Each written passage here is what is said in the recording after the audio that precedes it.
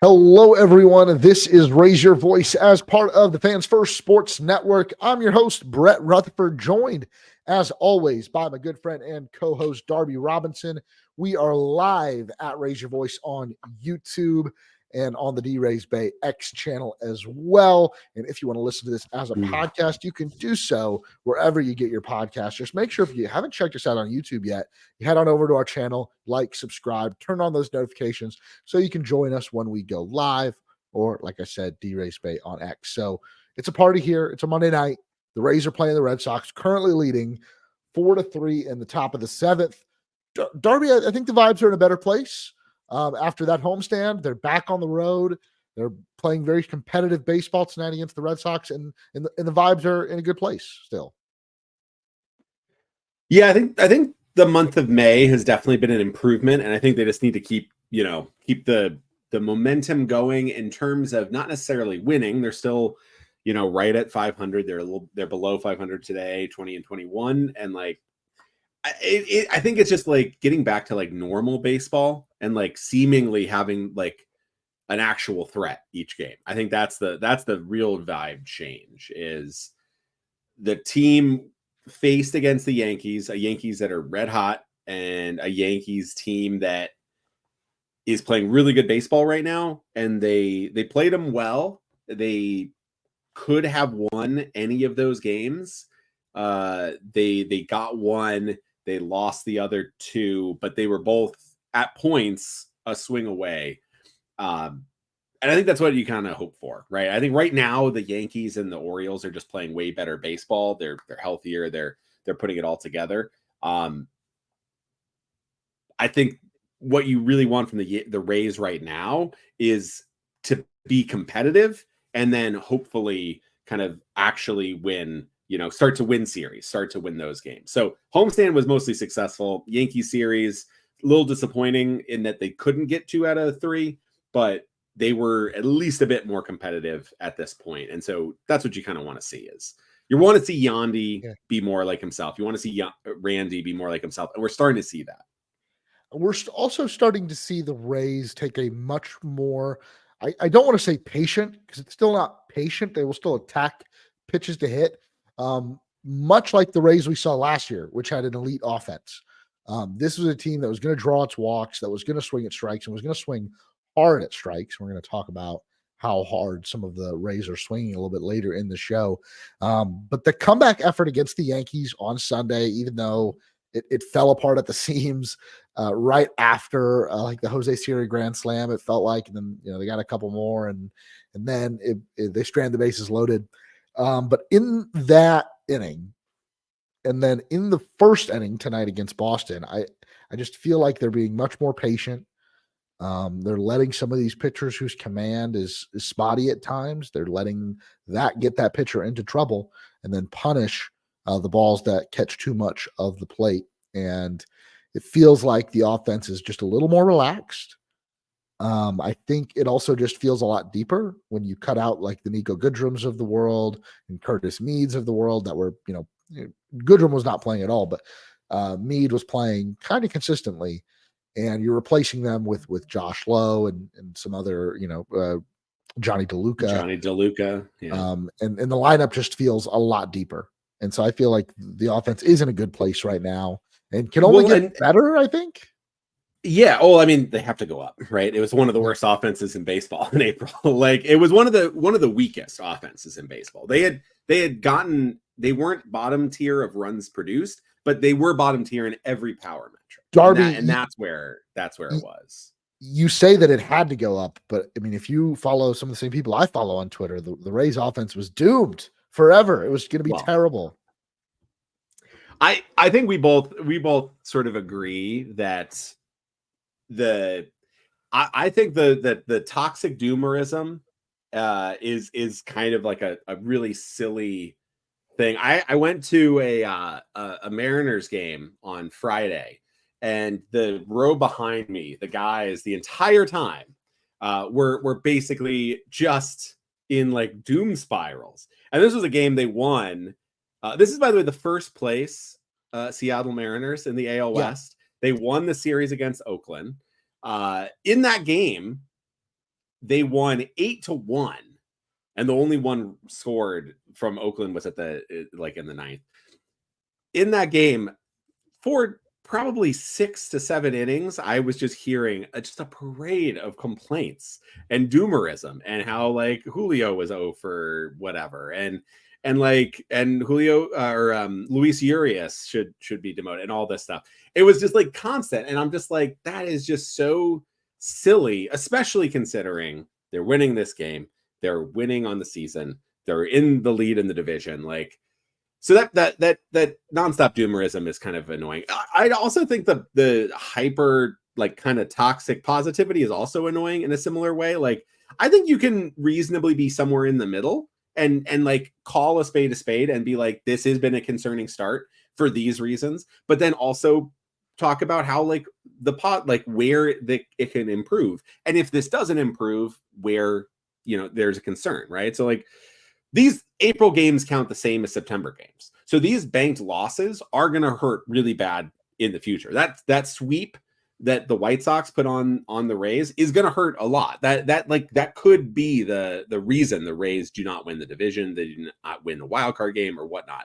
But you also can't just exist in this moment where like the bad times are the only existence, especially when there are like very clear options, right? Like, the Rays offense looks deeper right now, mostly not because they've replaced Curtis Mead and Nico Goodrum. It's because Randy Arozarena isn't hitting like negative WRC plus. And Yandy Diaz has gotten a hard hit ball in the air, which he hadn't had since the very first swing of the season. Like, if Yandy and Randy produce, suddenly this offense looks really good. And like, you're going to expect them to eventually produce.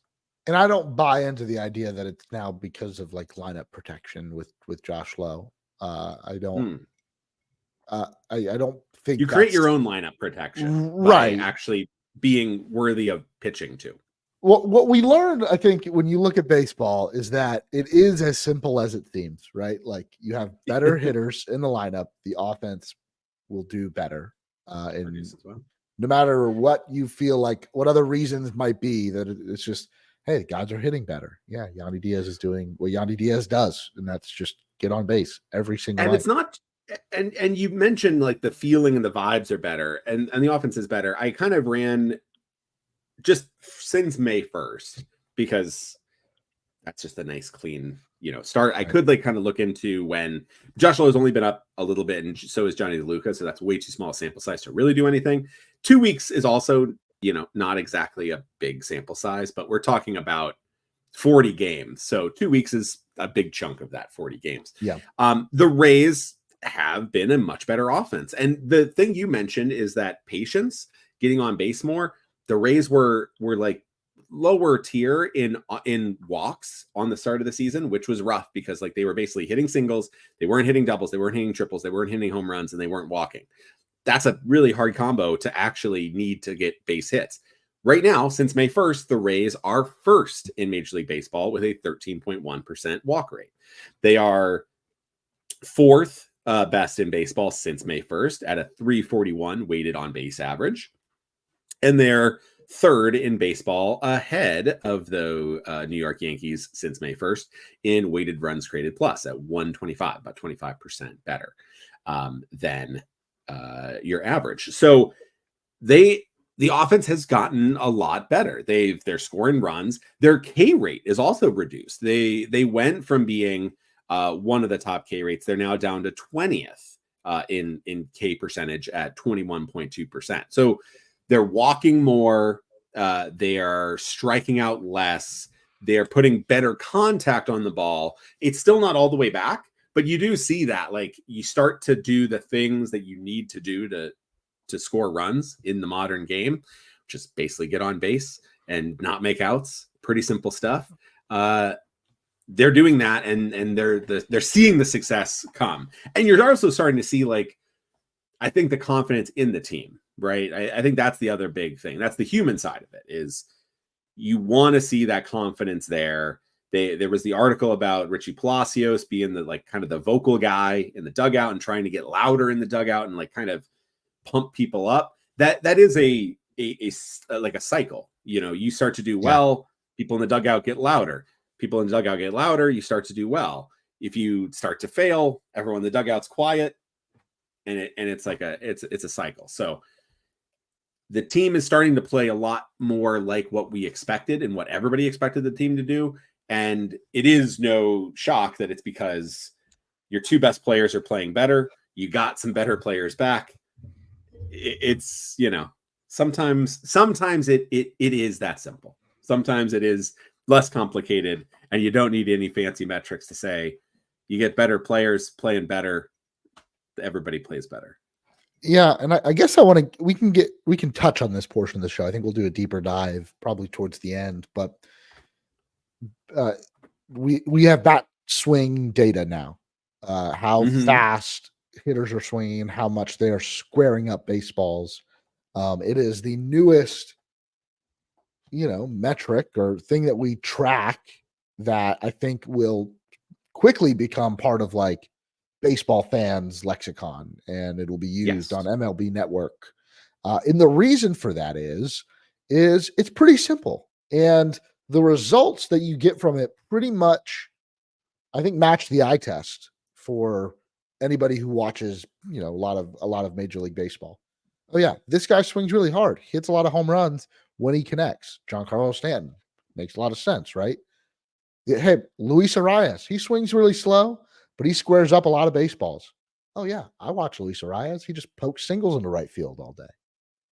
And like the data bears all of those things that we see out, and it maybe points out some new things to us, but it's a pretty simple stat to follow. And we're going to go into some of the Rays swing data a little bit later on. But I just think, good day for baseball that this is all public now. I probably spent a little bit too much time looking at it this morning. I haven't had a chance to dive in too much yet. I'm excited as well, though. I mean, I think you mentioned it. It's anytime you get new data like this, you're getting two things that immediately happen on my feed. One, all of the awesome people I follow who are really big stat heads are really diving in and already starting to come up with new ways to utilize this data, new ways to potentially form this data. What's great is right now, like, we don't really know how best to use this yet. Like, this is the exciting thing in the very beginning times is we saw this with a lot of the pitching data that Savant came out with, which is you got it.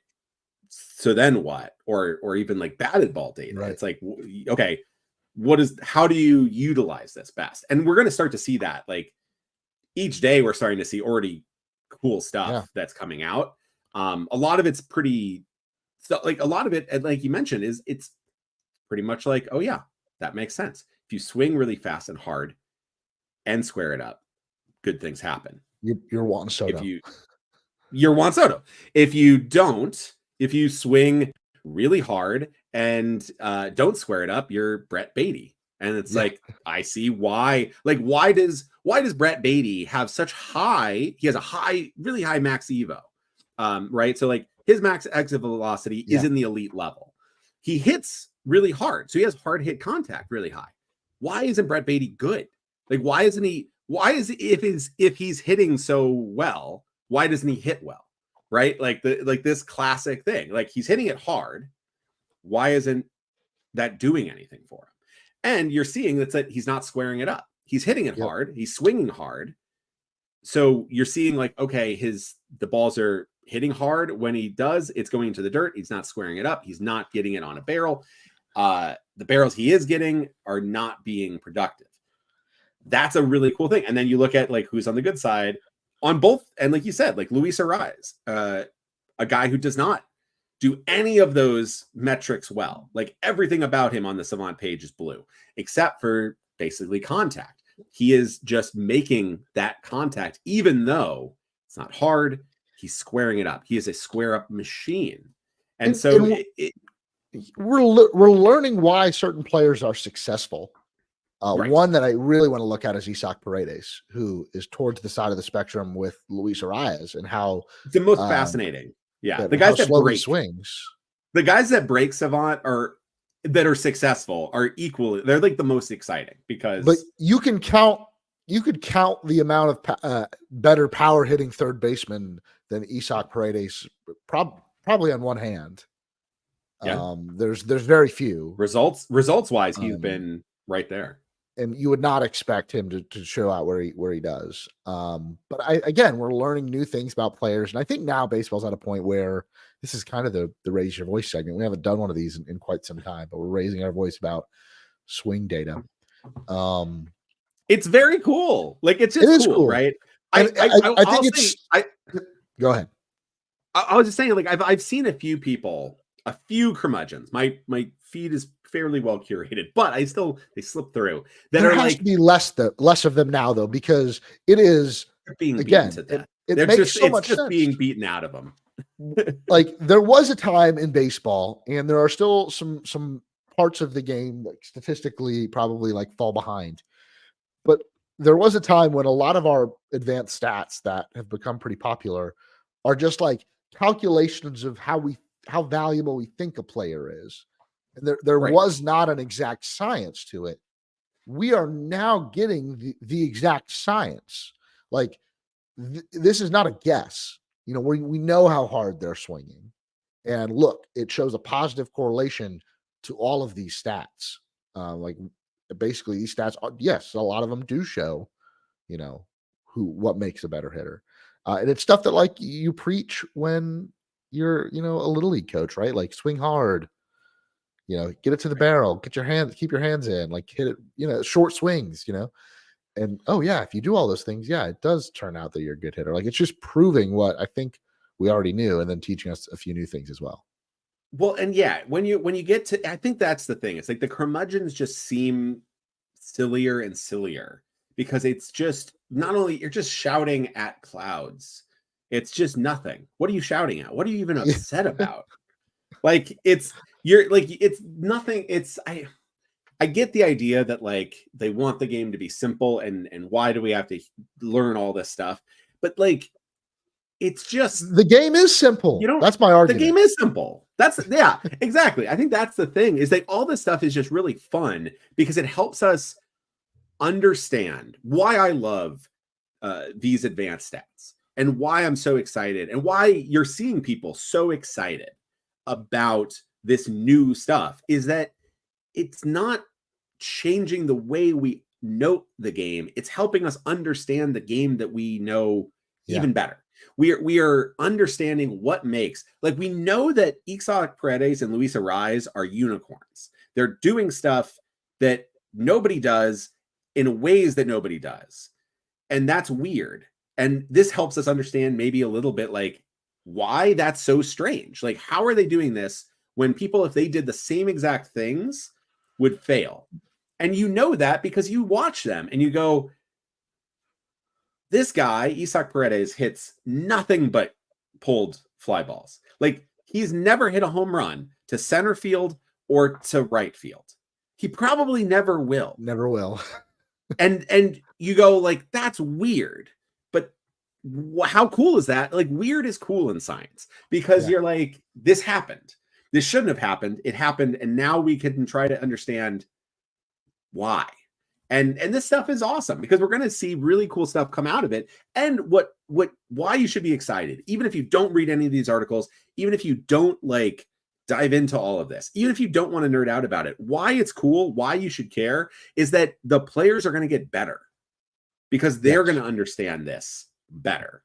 Like the guys who are just students of the game, who are just scientists, they are going to basically get even better. Juan Soto and Yordan Alvarez and like Mike Trout and Shohei Ohtani are going to get better. Or we're going to know why they're doing these things, but they're also going to use this data. Like data is going to start to get used in even more ways to just improve just fractions of a percentage.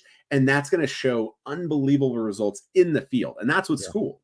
Like we don't know how far this could take us or what this could do, but it's awesome because and it reinforces the idea that like baseball is a game of inches, right? Like it's won on the margins, and a lot of the data bears out that if you had swung just like a 1/10 of a mile per hour harder, the ball might have traveled further, and a fly out turns into a home run. I mean, how many times is it that warning track fly where it's like slightly under it, slightly and what do more you on the say? barrel? What do you say when someone hits a deep fly ball and you're at a baseball game? You say, you got under it. He was just under it. Like Exactly. that's automatically what you say. Oh yeah, this Now you can data take your shows. phone and be like, Oh "Oh, he yeah, got that's under right. it by this percentage." He did get under it. Yeah, I was right. Yeah. I don't know. I just think, yeah,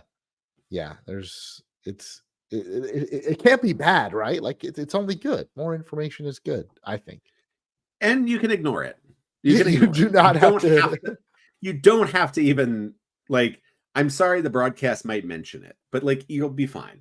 And not everyone, like, I mean, like the Rays and Dwayne and BA do a good job, and BA does a really good job. I think he's really into this stuff as much as he can try to come off as an old school guy. I think he's really into all of this data because it helps him do his job better as a broadcaster. And he probably would have helped him, you know, he had a great career, but would have helped him as a player as well, I'm sure. But yeah, I think it's really hard right now to be like a data denier. Although that's been the case for a few years in the United States. Yeah, I don't know. I feel like data denying is also at its peak too. So Yeah. I mean, maybe that's just a denying object reality is like probably at it. It's like, I don't know, the Middle Ages, the Dark Ages, and like now is like being like that might be the sun went away and it was a witch that did it. And now you can, that was today. That was an example from today, not the Dark Ages. Was the sun went away and a witch did it. Might be another episode of Raise Your Voice. Maybe that'll be on Patreon. If you really want to say thank you, patreon.com/raise your voice. That's where we replace this water with something a little stronger. Yeah, exactly. Really uncork all of our theories. I would love that. Let's dive into the swing data before we get too much off the tracks here. And while I pull it up, just a reminder, if you don't follow us or subscribe to us on YouTube already, go ahead and give us a subscribe, like this stream, turn on those notifications. And now I am pulling up. This should work. So if you're listening or watching, either way, if you were going to, Brett's about to bring it up, so you have a very brief moment to think about it. Think about who's going to be in the like top right corner. Who is the guy who swings the hardest, who squares it up the most? And who is it going to be? Who do you think? Like what, just instinctively, who do you think as you're watching the game is just feeling like, man, that guy is like making great contact, swinging hard, making hard contact. Who goes to that really good spot that you want to see in the top right corner? It's Yandy Diaz, obviously. Yeah. The batting champ of the AL. Like, yeah, that checks out. I see him swing. I see those muscles. I see that bat come through the zone, and I see him square up. And who would be the player that you would think swings just as hard, if not harder, than Yandy Diaz? And he's not going to square up a lot of baseballs, but because he swings so hard, when he does, they go a long, long way.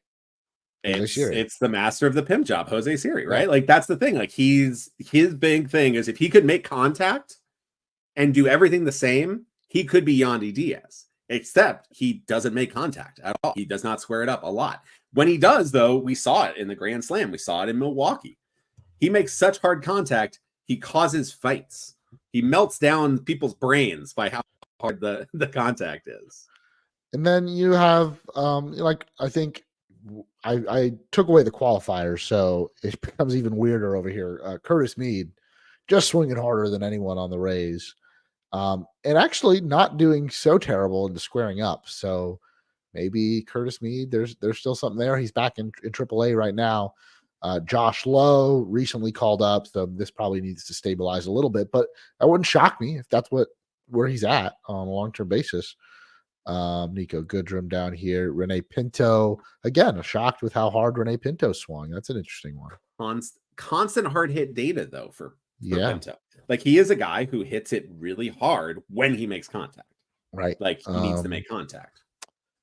Harold's, I think probably right about where I got. And the reason he's so high on the y-axis, like that's probably why he's still a big leaguer, right? I mean, if he was not squaring up any baseballs, if he was even down in the Jose Siri range, with that bat speed, probably not worth anything at all on a big league roster, especially with the defensive hit that you get from keeping Harold. Exactly. Ben Rortvedt, I thought he would have swung a little harder just from watching him. I think it's the forearms. He's got the big like Joey Wendell arms. But yeah, does pretty decent. Should we go to the outlier here? We talked about him. See that outlier right there. Isaac Paredes, 67.5 miles per hour average bat speed. That is well below major league average and probably the lowest. I'm going to go outside of the Rays here and see where. Oh, not the Angels. Don't care about them. And I probably have to get off minimum one swing. Let's pull up the full league. And as you can see, Isaac Paredes, this is all qualified hitters in Major League Baseball, all the way over here. Let's look at the guys around him. Tyler Nevin's got a little bit of pop in his bat. Charlie Blackmon only gets home runs because he's in Coors Field. Andres Jimenez, not a power hitter. Oswaldo Cabrera, I think he homered against the Rays, but who didn't yesterday for the Yankees? Sal Frelick, not a home run hitter. And these guys are squaring it up. All more. Look, Jeff McNeil, Alex Verdugo, Mark Canha, those guys, Marcus Semien, that makes more sense. But all the way down here, Isaac Paredes, he hit 31 home runs in the big leagues last year and is on pace to do that again this year. Just a huge outlier compared. There's really not many guys around him. But like you said, he pulls every ball. So is that unlocking? Is this something that, because obviously swing data has been around, bat speed data has been around for years, right? It's not new. There's been wearables that you can put on the end of your bat. Like since I was in high school, coaches, scouts tracking bat speed. But now we're just getting all that public data for the major leagues. But it feels like the Rays, with some of the hitters they've been targeting, i.e., obviously first was Isaac Paredes, and this past offseason was like Jose Caballero, these guys that just pull the baseball and have some weird hitting abilities that maybe no other team is valuing as much as the Rays. And they've got a gem like Isaac Paredes, who, he might be in the running for. He was not an all-star last year, right? He's not made an all-star team yet. He was not. No, he might be in the mix for his first all-star appearance. He could be, yeah. And it feels like an anomaly, but maybe we're just learning something else about hitting that we didn't know. It doesn't matter how hard you swing if you just pull everything.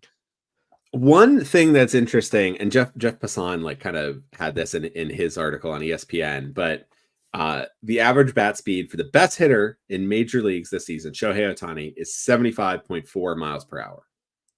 The average bat speed for the worst hitter in major leagues this season, Javier Baez, is 75.4 miles per hour. So doesn't tell you everything. What do you need? Why are those two guys different? Well, Shohei Ohtani can actually connect with a baseball. Yeah. Javier Baez is making, so you take that data. So that data alone, right? We can't just say you swing hard, that's good, or you swing soft, that's bad, because you see outliers. You see all the way in the top left, Luis Ariz, the weird unicorn with the slowest bat speed of any player who has swung the bat once this year. It's Luis Ariz by a large margin, but look how high he is on the squared up and contact.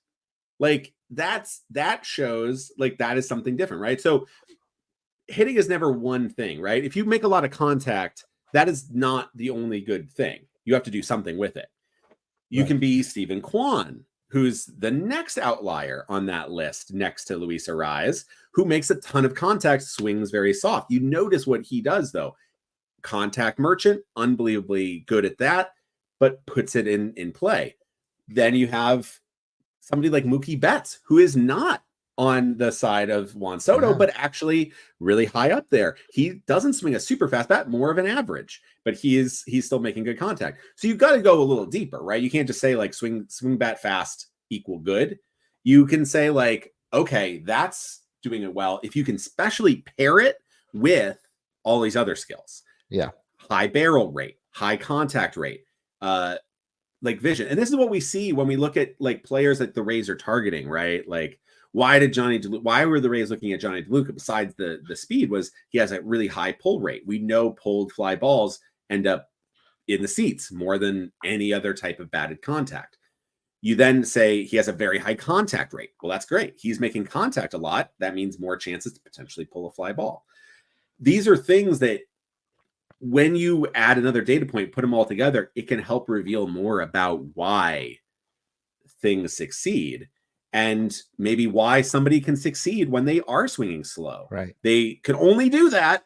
They can only be good at that.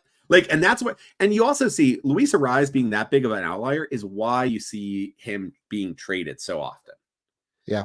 Because people are saying, if he drops even a little bit on that axis, if he suddenly is not squaring up, if he is just missing, like we talked about with Harold Ramirez, suddenly he drops from Luis Arraez, 2-time batting champ, to Harold Ramirez fighting for a spot, to a little bit worse than that, and an unrosterable player.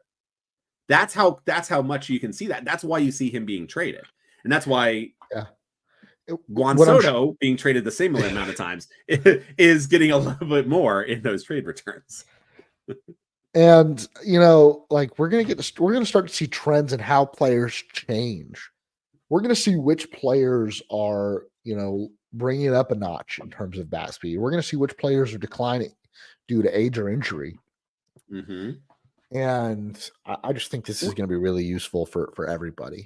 We also can quantify it too, right? We can now see people's bat speeds slowing down, and you can kind of see that. We could potentially, that's how you see why did Nelson Cruz go from being a world beater to not pretty quickly? And it was because he probably lost a little bit of bat speed, and suddenly that did all the difference. So it's really cool stuff. It's really interesting stuff. And we're just on the very, very, very edge of what this can do. You can also apply it to pitching data. You can also apply it to which batters might do really well against certain pitchers based on bat speed.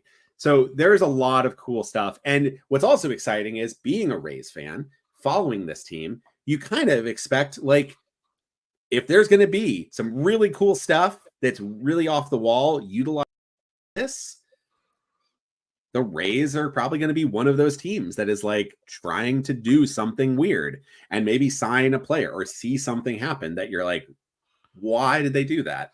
And maybe this will reveal why. Yeah. I don't know. I'm nerding out for it. And we're also, I guess, this is a continuation of our Raise Your Voice topic. We've been trying all night to set up the 3D game day feature, which is available on mobile and on tablets, and do a live watch along with the end of tonight's game, which has been a pretty good competitive game. Technical difficulties there though, so we're still working on that. For those of you that are tuned in on YouTube or X, we want to be able to do those 3D game day watch alongs soon. But I wanted to talk about that new feature on game day now, and we're getting close. And Major League Baseball has really, I think, been putting a lot of time and effort into researching how to really get in on this new, augmented reality and virtual reality space, where we can bring the game to fans through technology. While that might sound crazy and dystopian to some, trust me, I get it. But man, we're Major League Baseball on the technology side, I think, is really on the cutting edge, maybe compared to some of the other sports leagues.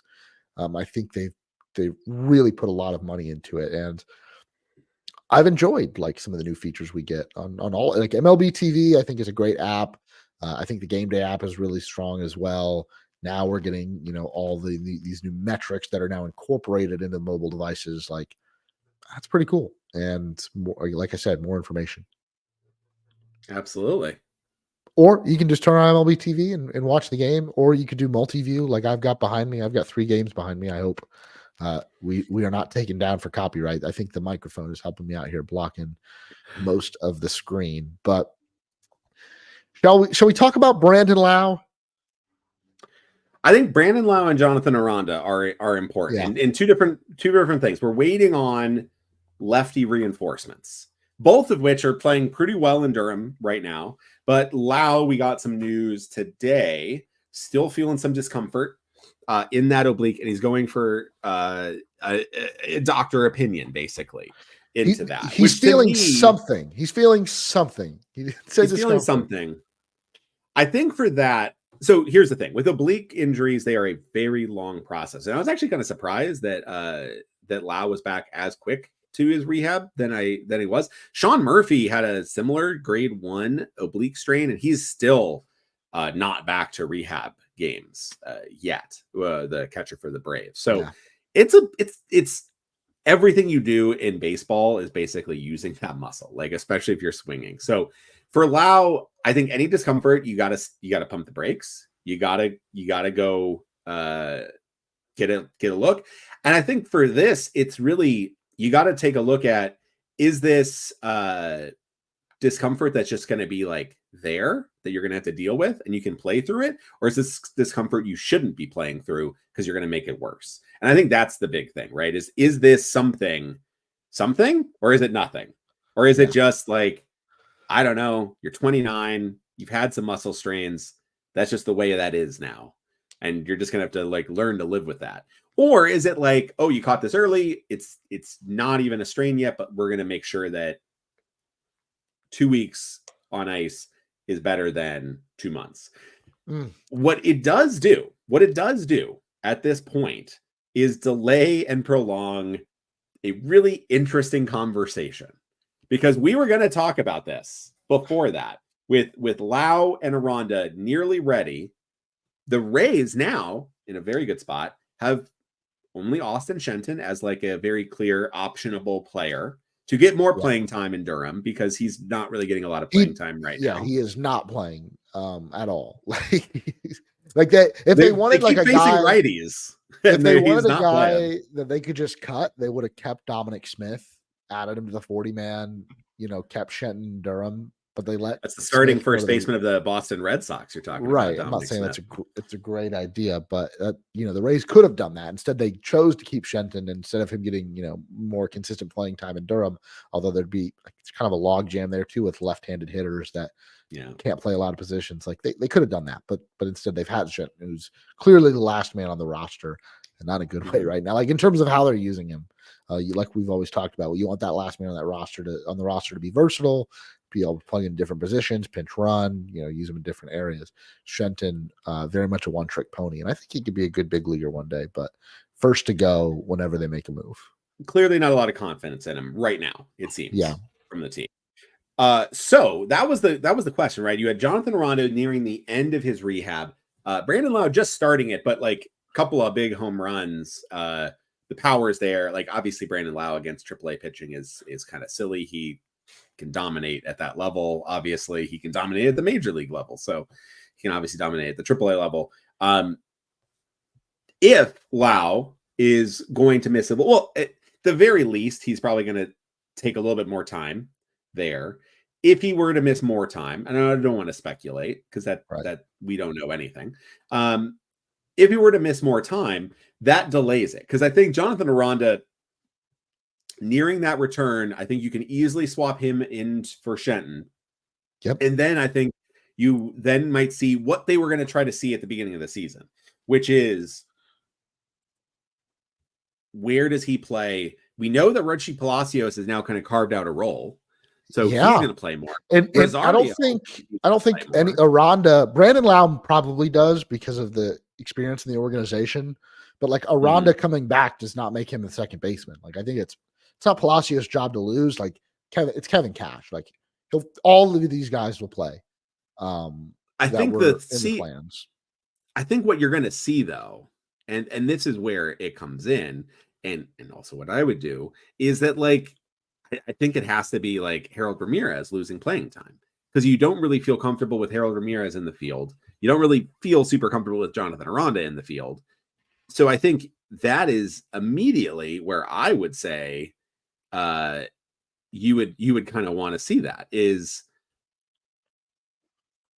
Harold Ramirez has not had a good season so far. He has been really struggling. He has gotten a little bit better in May, since May 1st. We talked about since May 1st. And Harold Ramirez is back up and over a 100 in the weighted runs created plus. It's just all, he still doesn't have a single walk in May. He has 0 walks. Today he I believe he got, did he get one today? I was missing it. Did he get a what? A walk.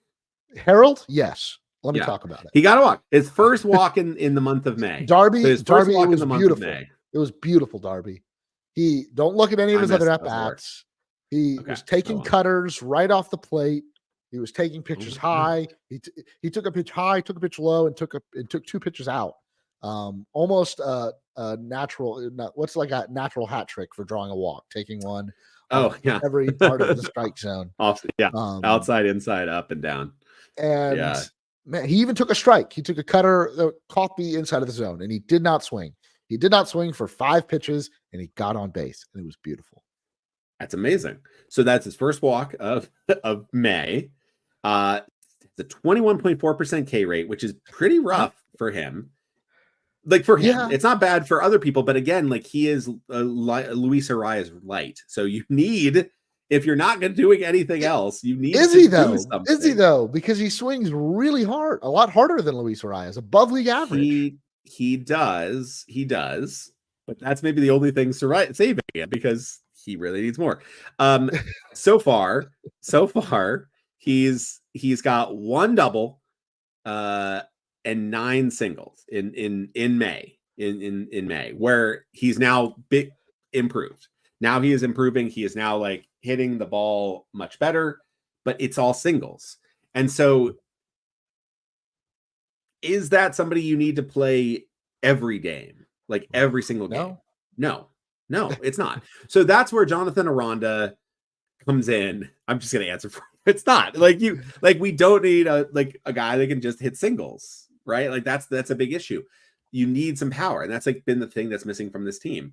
So if you bring in Aranda, that at least gives you a lefty, another option to mix up in the order. So I do think you could see Aranda being used more than Shenton, and kind of giving Harold some time off, and not to be played quite as much, and put Harold in a position to succeed. Because I think if Brandon Lowe was ready to come back today, he's up right now, and I think it's Aranda that is staying down. And I think that's kind of an unfortunate situation, because I think the Rays really, really, really like Aranda's bat, but you don't cut Harold when you could just keep him for another little while. Like, I think that's the big issue we've been seeing, is like, we can't get Caminero in there because you have to get rid of, like the 2 worst performing batters right now in May, where the team is now like improving.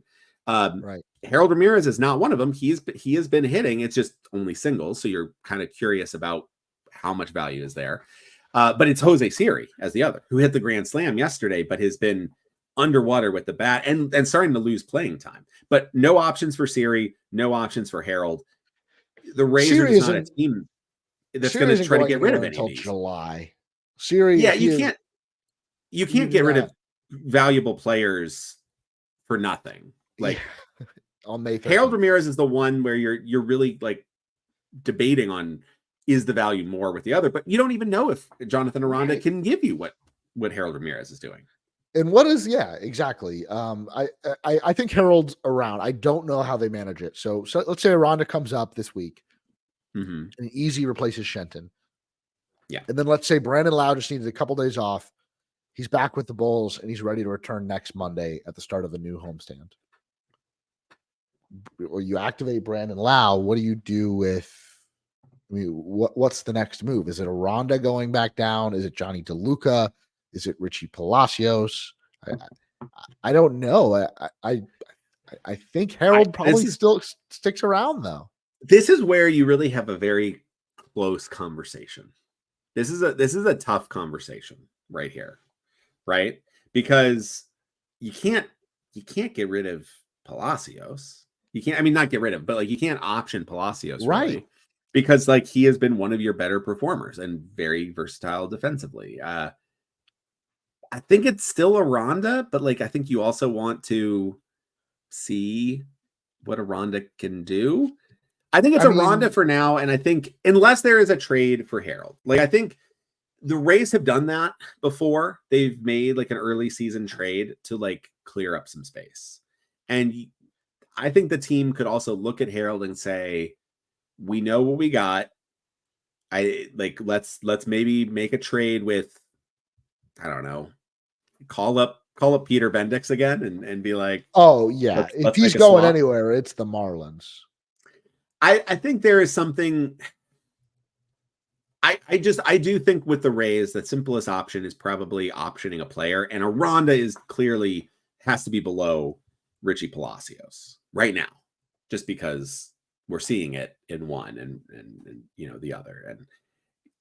And you're not DFAing Jose Siri because No, that would be a bad move. He's not. I don't think Jose Siri is. I think Jose Siri might be losing playing time. I think you could absolutely make the case that Jose Siri shifts into more of an auxiliary role and less of a everyday starting center fielder. But I do think that you have to keep him for a little while longer because yeah, there's still some value. Even as a pinch runner defensive replacement, that is still value. He also has the power to hit a grand slam. So like he's a guy that can like give you stuff. So I think you should still do that. But I don't know. I think Harold is we keep bringing him up because of the fact that he has the most like difficult fit onto this team. right. Like he's clearly a good clubhouse guy, but like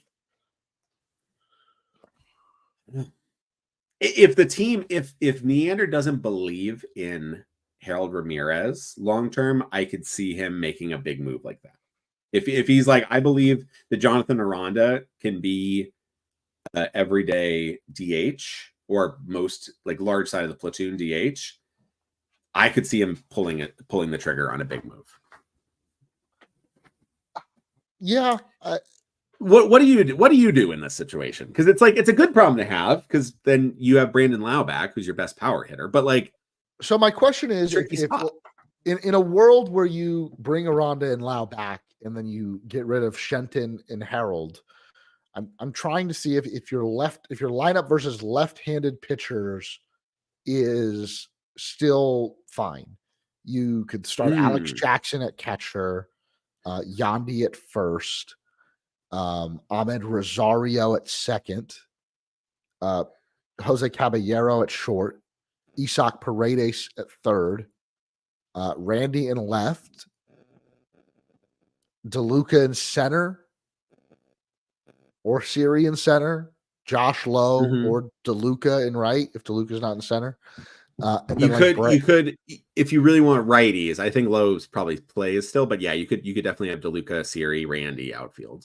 Yeah, and Brandon Lau, I think you keep in the lineup as the DH, and we talked about including including one left-handed pitcher or one or two left-handed hitters in a lineup with all righties. Other than that, can do even when you're facing tough left-handed pitching. That it makes it harder when it comes to how a pitcher is going to sequence and how the opposing manager might use the bullpen to attack your lineup. It's I'm not a big fan of the stacked lineup, and I think it is because like a pitcher can just get into that groove. They can absolutely just be like, this is the sequence, this is the stuff we just need to throw. You never have to, even though you have the clear advantage against the lefty bat, it's just too easy to. So mixing in, I think one of Josh Lowe or Brandon Lau would play. Yeah, I agree. So I think it's doable to just. I would DFA Harold, I think. Again, and line up a small trade.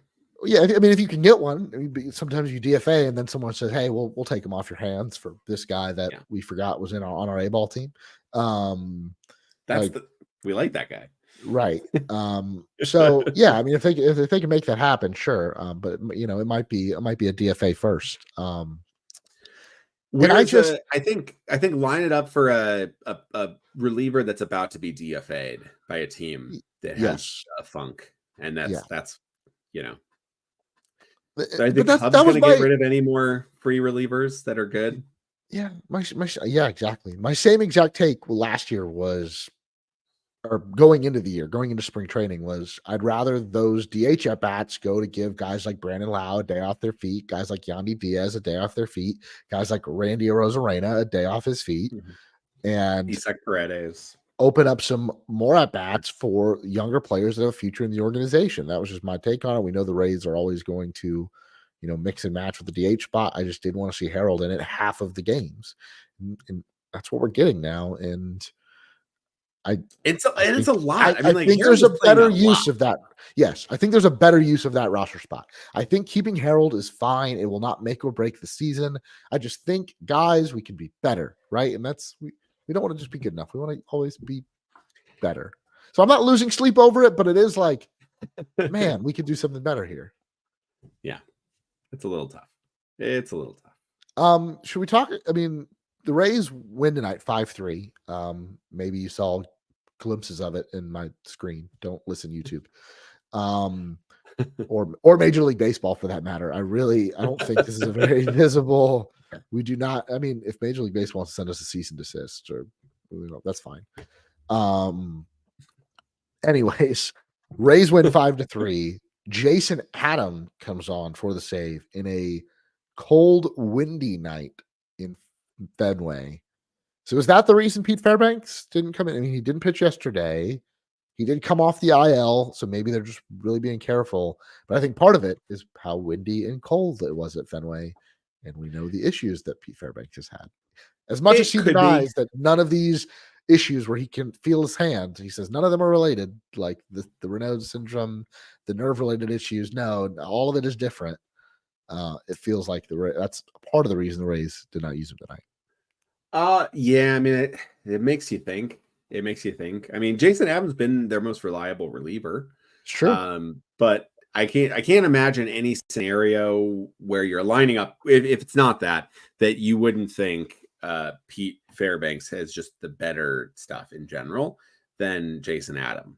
So any matchup makes sense, if you were using like Clevenger there instead, who went the inning before, you could be like, oh, it's a lefty that you're looking for. But I could also just see this as just giving Pete a long runway and not like rushing him back into like high leverage. Fair. That's fair. His first game, he was coming into high leverage. It then ended up not being as high leverage on Saturday. Yeah. Against the Yankees. Yeah, well, I mean, it's something to monitor too. Like if he doesn't get in at all this series, that's weird. But yeah, I think that could just be just easing back into the pool. Yeah, good win. Back to 500. I think the Rays right now. I think the last thing we should talk about, just as before we wrap up, is there was a Romano article, about is anybody? No, I think how did he phrase it? Is anybody concerned that the Rays are 7 games back of the AL East first place? So I'll ask you, Brett, are you anybody? I mean, yeah, I'm worried that they're not going to win the division, but I was worried about that coming into the season. Like my view on this team has not greatly changed. My view of what they can accomplish. I mean, I came in with they're going to be in the mix for the division. I think I probably had them third behind the Yankees and then like neck and neck with the Orioles, give or take, right? A few wins. Orioles are playing really well. All credit to them. The Yankees are playing really well. All credit to them. And the Rays have struggled, and they've also dealt with some injuries that the Yankees and Orioles haven't dealt with. And they're coming back from this, and every indication is that they're much better than they were in April. Not to say that they're going to be able to make up the 7-game deficit, but they are good enough to get into the dance, I think, and then compete with the Yankees or the Orioles or whoever else in a small sample size where anything can happen. So yeah, my view of this team hasn't changed much, but I am worried that they're not going to win the division, and hypothetically, that's going to make it harder for them, or theoretically, it's going to make it harder for them in the postseason. I made a post about this that I'm like worried, like sure, because I think, like I said, you bank losses that hurts in the long run, and I think defeated is the thing that you shouldn't be. Like the season isn't over, even the division race isn't over. I do think though, with the way that has been performed, like I think the way the Rays have played, the way Baltimore and New York has played, I do think you look at that and I think you say, okay, the Rays are less than these two teams. Even fully healthy, they may be less than these two teams. And with that baked in losses, you may not be able to catch up. However, there's still a long season to go, and like injuries happen, right? Like the Rays face some of those injuries. Now, credit to the Yankees, they're doing this without Garrett Cole. So like that's the other side. But you do have the, injuries can happen, and you do face that could shake things up. So defeated should not be the attitude. I also just don't think you should blow it off as like this is nothing, because I do think like it is something. Like the Rays have taken a division hit for sure, because they already were not division like favorites. They were already down below that. On Fangraphs, though, they're like postseason, all of these things, like they've taken hits. Like that's important. That's like important to note that like from the start of the season, when you begin this year, like they had a 56.6% chance to make the playoffs and a 24.2% chance to win the division. You fast forward to today, and the division chance is way down. Is way down to what is it now? 1.2%. Make playoffs 10.4%. Now, after the win today, that does shift. We're still in like the small sample size territory, but that is there, right? It's like these are losses. These are banked losses. These count. These count just the same as September. So yeah, worried. Sure. It sucks to start this cold and put yourself in this big of a hole this early. I do think it makes the division less likely, but you also look at it as if you thought this team was an 88 win or 90 win club, and that was their win percentage for the year, if they go well below that for the first quarter of the games, which is 40 games, then suddenly now you need to win. You have to be better than that for 3 quarters of the season. You have to be way better than that for 1 quarter, and then back to average for the other 2. But like that's how it goes. So like that does matter a lot, because you've basically, if you become back to that win percentage that you should be, your true talent win percentage, you will finish with less because you have banked so many losses. So that's where I think worry is a factor. But you also have to know that like there's still so many games left that with the Rays actually getting back to playing good baseball with players, if they have health going forward, that could be better. And just making the postseason is a big factor. Like that we've seen it every Texas year. Texas Rangers, Arizona Diamondbacks, who are the runner up, like, and the Texas Rangers who just got swept by the Rockies. Like that's also the other thing, right? It's like the Texas Rangers are they're a good team, but like it's also, weird stuff happens. Hard. Baseball's hard. Baseball's hard. And I don't know. I just, again, I go back to the approach, and it's simple, right? Yandy Diaz is not swinging at balls anymore. And if you throw him a strike, he'll swing. Most of the time, he'll make pretty good contact. Randy Arozarena will punish you when you make mistakes. If you throw a middle fastball, he will hit it 430 feet, because that's what Randy Arozarena does. And he will play every day. And you know what you're going to get out of him. Like we're starting to see that. The tide is turning, but don't have too lofty expectations of this team. The division is going to be very hard to get into, but I hate to say that's not the goal, but it isn't. It's to get to the dance. And if the Rays won 99 games last year and didn't win the division, so like, right, it doesn't matter how good you play, right? I mean, I know they had a rough stretch. Like, it looked like at some point the Rays were going to be a record-breaking team, and then they played for like a 2-week stretch where they looked like the worst team in baseball. And at the end of the season, they still won 99 games and got swept out of the postseason by the eventual World Series champion. So it's a tricky game, but I think the theme of this episode is that it's a simple game, and the Rays are playing it better right now, and hope that continues. Hope we're still talking the same way a week from now.